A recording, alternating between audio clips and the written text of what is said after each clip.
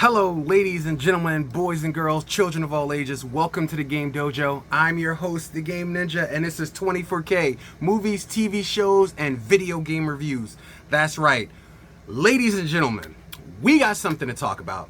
Now, my boy Watts hit me up in my inbox last night and was like, "Yo, it's all over the news. Just Google the Acolyte and just see what pops up," which I did, and they're literally just search after search after search after search. Result of officially being canceled, Leslie Headland, Amanda Sternberg, George Lucas, Disney, Lucasfilm, all this stuff happening right now. And there's a lot of backlash, and they're saying the fans are to blame. The male minority toxic fans are to blame. So he asked me my thoughts on it. So why this video goes out, this is mainly, brother, for you. First of all, I did watch the entire series from beginning to end. Let's take it from the beginning and just go it through real quick. First of all, I do not like the fact that you use my girl Trinity as clickbait. You had her on the posters, you had her on the commercials, you had her on everything like she was a main part of the series. You X'd her out after the first 10 minutes on the first episode. I'm not feeling that. Number two, she has the abilities to stop projectiles and stuff in space because apparently she's a master Jedi.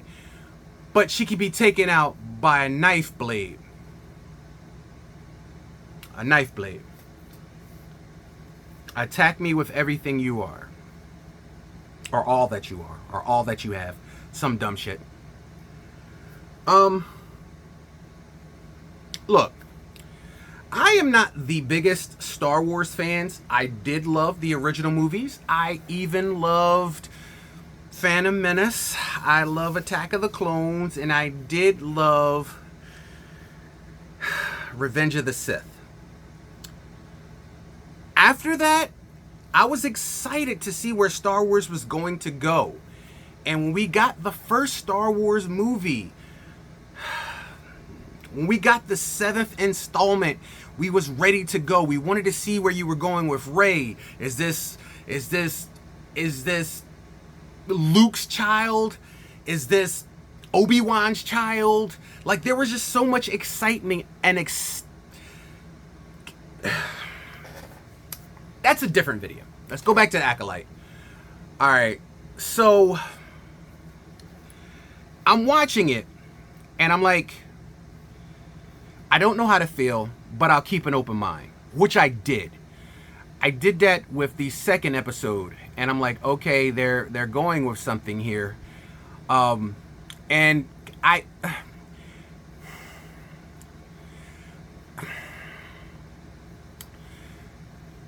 I've seen better characters in a Cheerios commercial. First of all, let's just talk about some things that happened that pissed me off to no end. The question of whether or not a Jedi irons his robes, I don't need to know. Why? What was the scene? What was the purpose of me seeing a pretentious Jedi iron his robes? I never thought a billion times of all the different TV series, of all the different animation series, of all the different movies. I never once looked at any one of the characters and be like, how does he get that robe? That starch. How are them lines just so clean cut? I don't think about that because it's not important to the story. It's not whatsoever. And Killmonger as the Jedi, the best part of his arc was seeing him destroyed in such a fashion. I did love that. 100%. I did love Killmonger the Jedi. I did. Part of the biggest reason, and Neil, you can talk about fans, you can talk about numbers, you can blame everybody else for your failure but yourself, because that seems to be the going rate in the world when people won't admit defeat. They won't admit failure. You can't admit failure. You blame everybody else but yourself. The Nielsen ratings don't lie. You can argue with fan culture, you can argue with toxic masculinity. You cannot argue with numbers. Simple logistical numbers. And the numbers show the series sucked. People tuned in to watch it die. And here's why. Here's the problem.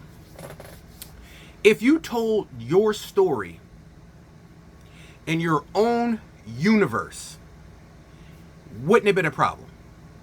If you told your story in a new story having nothing to do with the universe, you may have succeeded.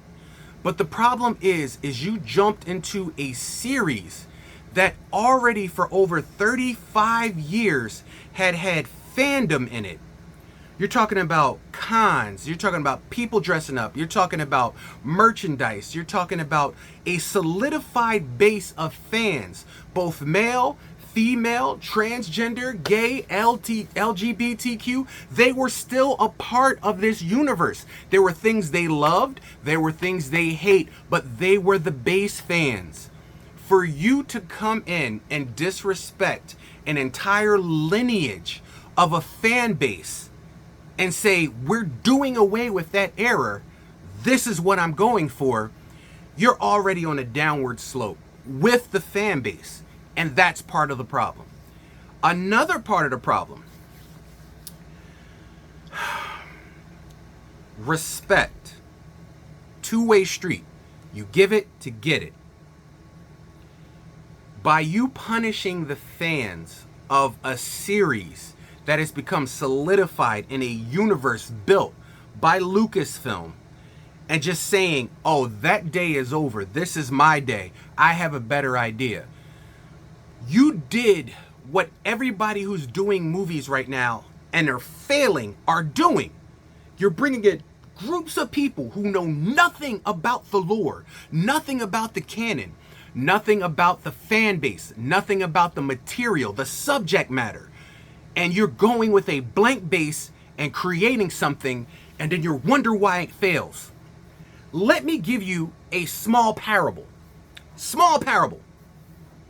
Your car broke down on the road. Your car is screwed. Your car is completely screwed. It doesn't work. You have a Meineke, you have a Jiffy Lube, and you have, I'm not saying it's a real shop. It could be. No disrespect, I'm not saying it's real shop, just for sakes of the story. Earl's shop. Now, you go in Jiffy Lube. They know what they're doing. They're established. You know what they do. You go in Meineke. They're established. You know what they do. They have a brand. They have longevity. They've survived for years. They can be trusted to a certain extent. Now you have Earl's. You go into Earl's, and Earl tells you, I know nothing about cars. I'll fix it for you. Who are you giving your money to? Are you going to trust Earl, who knows nothing about cars, to fix your car? Are you going to go with somebody who has experience, time, effort, knowledge of what they're doing, and a base solidified for decades? Do you see how stupid that is? And then you wonder why it's a failure. Look, I applauded the idea for you to do something new, but do something new somewhere else. Like, for instance, Rebel Moon. Part 1 and 2, when it came out, was built up to be the R-rated Star Wars universe, and it failed horrible. But as of recently, they came out with director's cuts where you got the true vision and you were able to see what he was trying to put down. And I found those director's cuts absolutely brilliant. But here's why. They had nothing to do with Star Wars. They had nothing to do with that platform. They didn't disrespect that fan base. They started something new and ran with the ball. You could have done that, but your intention was to destroy a legacy. You can't do that without paying respects to the legacy that built that house. That's like building a house, foundation, brick by brick. You go through everything all the way up to the top, and then you're like, I'm buying the building, but I don't like the foundation. So what I'm going to do is I'm going to rip out the foundation and put in my own foundation. And you're like, but the building's already erect. How are you going to rip out the entire foundation if the building's already standing? Like, it's a structure. It's done. My structure is better, and I can rip out whatever I want to rip out because this is what I'm going to do. This is my vision for this building. And you start ripping out the foundation and the building collapses. And then you're like, well, I'm blaming the person who built the building. No, you can't blame the person who built the empire. The person who built the empire into what it is why it stands as an empire. For you to literally rip out the foundation of that empire and try to replace it with your own and destroy the building, you can't blame the person who built the building. You attacked its foundation. You attacked the franchise. You disrespected the billion-dollar industry. The people at the cons, the people who buy the merchandise, the people with the lightsabers on the wall, the people who have enjoyed the fandom from the 70s all the way until 2020s. You came in and destroyed the foundation. And as the building was falling, you didn't even acknowledge that you were at fault. And I think the fans would have forgave you if you would have admitted the fault in your strategy of how you attacked the building. You didn't concentrate on contractors. You didn't consult anybody who is sound for the building. You didn't go blueprint wise. You didn't look into none of the things that built that structure. You just tore down this corner. We're going to tear it down, and we're going to tear down that corner. But what about the building? What's holding it up? What's holding it up is the fans.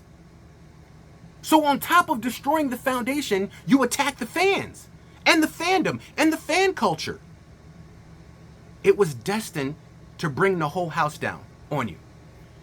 There is a favorite among geologists, I'm told, from the Bible.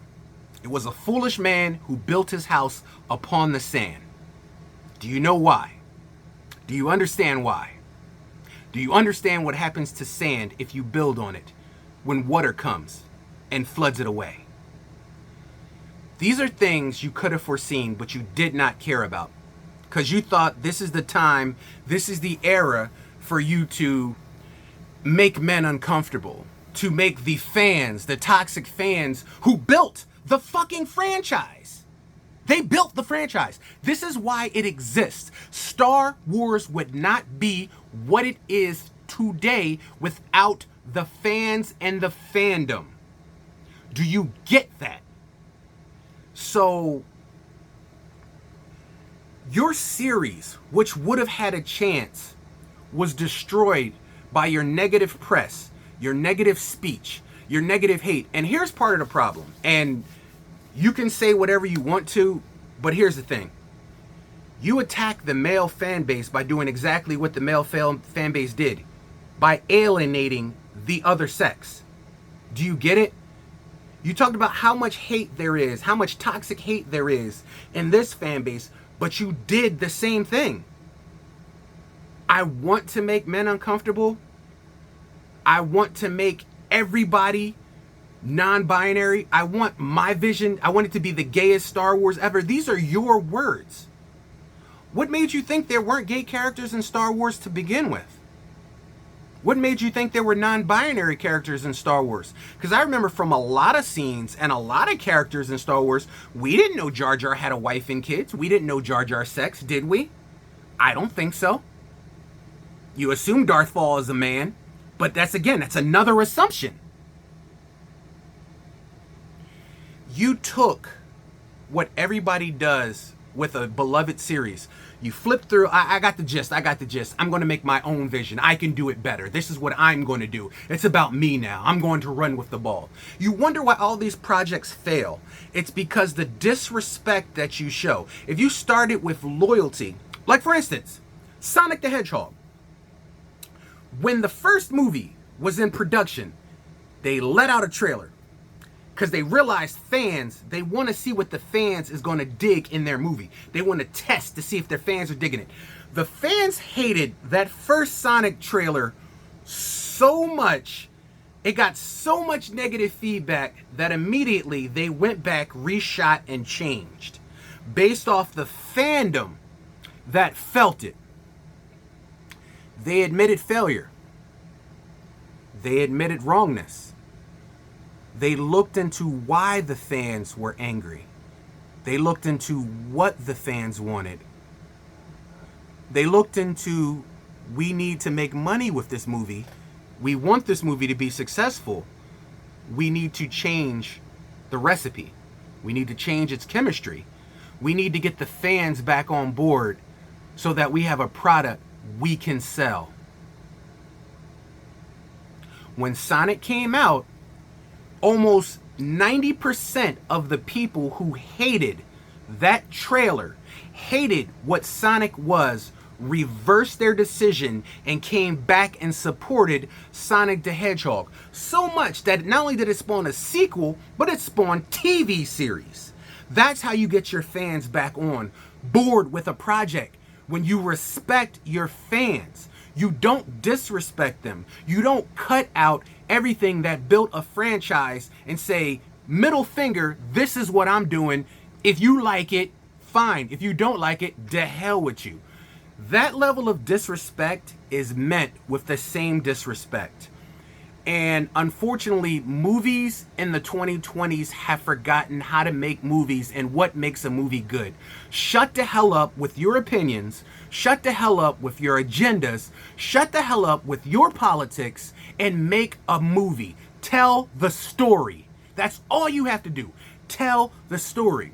And if you want proof, if you shut the hell up and tell the story and listen to your fans, you'll get the money. Show me the money. Just look at Deadpool and Wolverine. Over $1 billion. It ain't been out 5 months. It ain't been out 4 months. Over $1 billion. Breaking records. Solidifying money in the bank. Show me the money. That's where you found it. And Ryan Reynolds and Hugh Jackman and the beautiful team that produced that movie hit a chemistry. They hit a chemistry that we all know, and that's simple to follow. You take the product. You take what the fans like about the product. You translate that into movie form. You show respect to the characters, the universe, and how it is built, what it is built on, and what made it such a success. And then you make the movie with that basic, simple recipe. He was able to do what dozens and dozens and dozens of movies have not been able to do for years. He proved a point. And I honestly believe that's why there's so much hate on him. There's so much hate. But here's the thing. Numbers don't lie. People are supporting that movie at the highest tier. No matter what kind of negative backlash you try to give it, no matter what kind of agenda you try to put on it and label it as, it's kicking ass. It's making billions. Do you get that?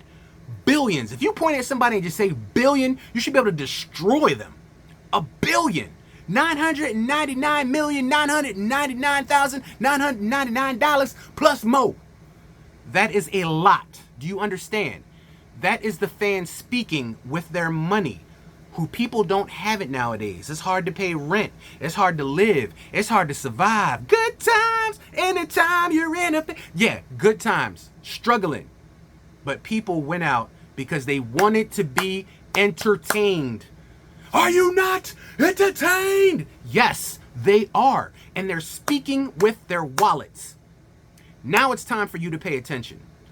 You can stick to your guns as much as you want. You can not admit failure. You can sit back and be as adamant and complacent as you want. And you will die on that hill, penniless, with no fans, no money, no legacy to stand on. It's a simple equation. If I come in and make my own restaurant and I model it after a famous restaurant. Let's say I just buy a McDonald's and I jump in and I'm like, this isn't McDonald's, this is McRain's. There you go, McRain's. This is McRain's. And I take all the burgers and products that people love inside that restaurant and I change it to all my special recipes, and my special recipes suck. If you come into my restaurant and buy my Rain-O-Mac or my Rain Pounder with cheese and you're like, this fucking sucks, how can I blame you? How can I blame you? If billions and billions of people tell me my food sucks, I can't go and be like, well, that's just the problem with y'all. It's y'all taste buds. Y'all suck. You can't do that. Take constructive criticism. Listen, what are the fans saying? They don't want to quit you. They don't want to stop being fed. They want you to do better. And this is the problem. You will not admit failure. You will not come off your high horse. You are doing the same thing that you're accusing the other side of. You're just doing it from your point of view. Well, two wrongs don't make a right. And evil cannot destroy evil by doing evil. It's an equation that literally will destroy your entire platform. And that's what it's doing. I mean, look at it. It's all over the internet. Acolyte canceled. Acolyte canceled. Kathleen Kennedy, Leslie Headland canceled. Amanda Sternberg canceled. All his sequel trilogy canceled. Cancel. Disney cancels. Disney canceled. It's done and it's canceled. Do you know why the fans are so adamantly speaking? And here's the thing. You can blame the fans all you want, but Nielsen ratings do not lie.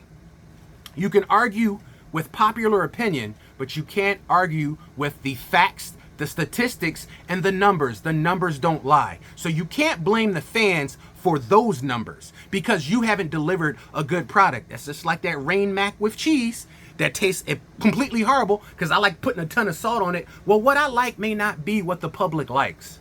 But if I want to sell a product to that public, then I need to listen.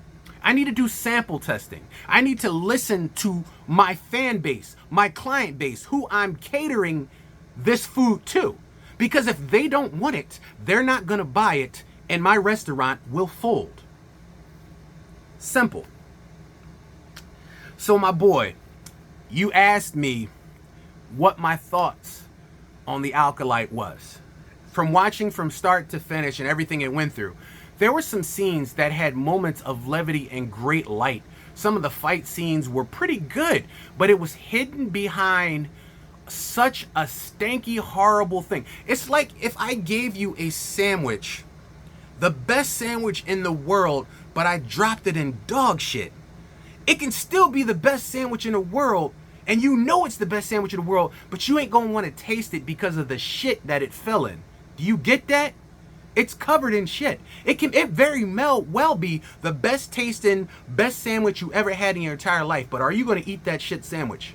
No. Because of what it's wrapped in, what it fell in, what it's covered in. It's tainted. If a dog steals your bologna, are you going to fight with the dog and yank your bologna back? Are you going to eat it after it's been in its mouth? No. Perception is everything.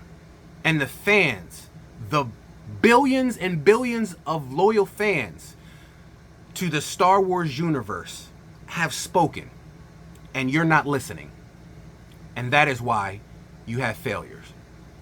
And if you continue the same recipe, you're going to end in the same result. The fans are telling you what they want. The fans are telling you what they want to spend their money and watch and see. They aren't paying for your agenda. They're not paying for your politics. They're not paying for your ideologies. They're not paying for you. They're paying for the universe that they've come to know and love and built respect for. And by you slashing the entire foundation, the building is falling. Can you save it? You've gone so far at this point and torn down so many columns. At this point, the only thing to do is to let it fall and rebuild. If you want to rebuild back fandom, if you want to rebuild back a base, if you want to give yourself a chance at success in the Star Wars universe, you need to start by rebuilding that relationship with your fans. Your fans. You hear what I'm saying? You jumped into Star Wars. That makes you a part of a legacy. If your first duty to that legacy is to destroy that legacy, the legacy that that house built, the name, the subject matter, what made it a billion-dollar franchise. That is the dumbest thing I have ever heard in my entire life. And business-wise, that makes 0 sense. 0 sense to have a bunch of people who know nothing about the subject matter creating subject matter. It makes 0 sense for you to alienate what made the franchise such a success. And at this point, I could care less about any further Disney projects with Star Wars. Marvel did what it needed to do, and it's still not fixed, but they're stepping in the right direction with fans. And you see the fans supported it. You have to be willing to come off your high horse and concede that maybe, just maybe, you might be wrong.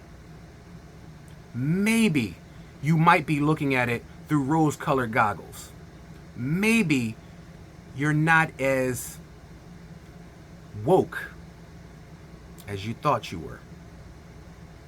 Because for the horrible ratings that you received through Nielsen and for the horrible backlash you received, you can't blame everyone. You can't. You can pay people to put their ideas out there. You can pay people to put their opinions out there. You can pay people to be sponsored so they can eat your shit sandwich. But at the end of the day, that shit sandwich is going to be a shit sandwich, no matter how you slice it. You want to give somebody something good to eat? You want to give somebody good to go? Stop fighting what the fans are telling you and listen. It's all you have to do. And you will see the money. They'll show you the money. It's amazing what making a comic book accurate Wolverine, a comic book accurate characters, putting Blade, what the fans asked for, into a movie. And they came out in droves to support that movie. And guess what? Marvel is a part of Disney. So Disney made profit. Bank. Super bank. And it's still making money right now. All because somebody was willing to pay attention, get off that high horse, listen for once instead of talking over. And instead of feeding somebody the shit sandwich that you cooked, you listened to what people requested. You gave them that spaghetti carbonara. You gave him that crown rack of lamb. You gave them that lobster thermidor. You gave them the Chilean sea bass. You gave them what they want to spend their money on. And they came out by the bucket loads and showed you the money. The Acolyte as a series here in 24K movies, TV shows, reviews, I can't give you no more than a penny, because as much as I wanted to eat that shit sandwich and I gave you every single last episode to do it, by the time I was able to pull the bread apart, scrape the mayo off, pull the cheese off, by the time I was able to get to the part of the sandwich that you probably wanted to eat, it dawned on me. The sandwich was dropped in shit. You can't eat that, no matter how much you want to. And that's what happened with the series. There were great actors and actresses, great characters in there. But they were wasted. They were great ingredients in a shit sandwich that was tainted by you telling people, I'm giving you a shit sandwich. You told people. And when they didn't want to eat it, you blamed them for not eating your shit sandwich when you told them it was shit. I don't get it. And this is where we find ourselves. This is how Star Wars ends. Not with thunderous applause, but with a silent whimper and pain. And I'm sad because as a fan of Lucasfilm and Star Wars as a genre and a whole legacy, I feel bad that this is what people have to remember Star Wars by. I feel bad that the children today only compare Star Wars to a host of horrible movies, horrible TV shows, and this, rather than what it was built on and the legacy that established it into a universe that spawned billions of dollars in product placement, merchandise, movies, and just provided entertainment for people to escape to for years. That legacy is gone. You succeeded. You set out to destroy Lucas's legacy, and you have succeeded.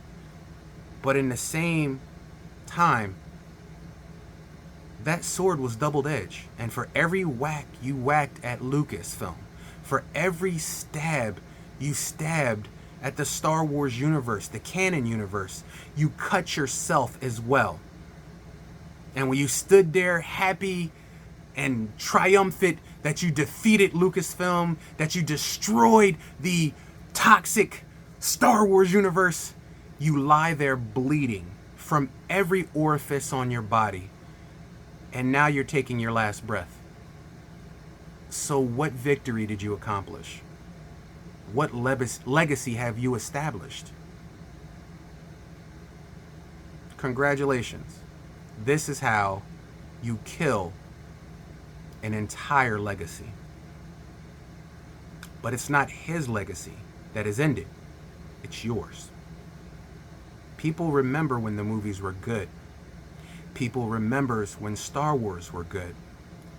They're not going to remember you in 3, 2, 1. Already forgotten. So my boy Potts, thank you for suggesting I come and take a look at this. I didn't want to speak on it. I didn't really even care to put my mind and 2 cents on it, but it tore me up inside. And I'm not even the biggest Star Wars fan, but I'm enough of a fan of playing the games and being part of the genre that, yeah, this rubbed me the wrong way. And I'm not happy that they failed. I'm not happy that the series ended in cancellation. I'm not happy that one of the greatest genres, it was basically a genre all by itself, ended in complete failure. I'm not happy that this happened. I'm sad. But it didn't have to happen. It didn't have to end this way. You had a chance to pick up and run with a ball. The team had already scored more touchdowns than the other team. You had everything to do but to literally just run into that end zone and make the last touchdown and cement it. And you turned around and ran the opposite way. Because, fuck all. I don't get it. How do you turn the fans against an entire legacy? It's not what you believe. It's not your product. Another person's life, blood, thoughts, direction built this into a franchise. And you just come in at the top of that franchise and disrespect and destroy everything that stood before it. How? And then you blame the fans for the negative result. You blame the fans for the show being canceled. You blame the fans for the ratings. Why would you force them to watch shit? Why would you force them to eat shit? Why would you force them to live in shit when their lives may be shit? They come to you because they want an escape. They come to you because they want to be told a story. They come to you because they want to be entertained. If you can't provide the simplest form of entertainment to literally just give them a break from their lives, then why should they support you? Why should they believe in your vision? Why should they go with you any further if you don't respect them?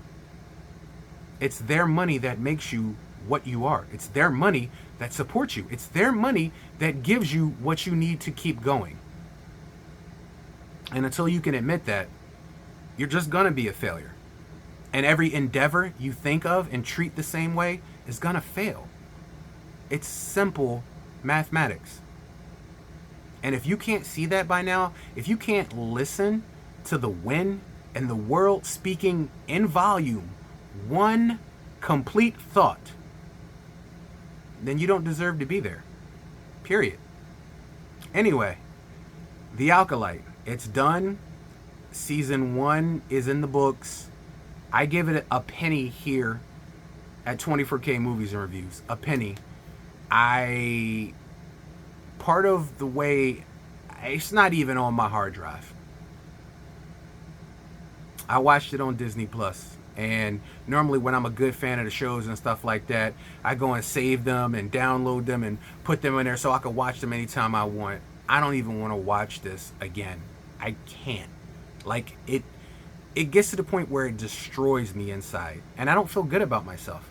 And I don't know how you can feel good about yourself standing next to a product like this. And I'm not speaking negatively about the actresses, Amanda Steinberg. I'm not speaking anything negative about anybody as actors who were in this, because you can be great in a piece of shit. But I think you guys were wasted in this. And I think it was doomed from the start just by the way you approached the subject matter. And it's done. It's over. And if you continue to run the ship the same way, it's going to sink. It's going to crash and sink. You can't blame the iceberg for you sinking if you crash into it. If you steer into it, you can't blame it for you sinking. You can't. Steer around it. Change directions. You see it coming. You know it's coming. It's there. You crash into it. Oh, I'm sinking because of that iceberg.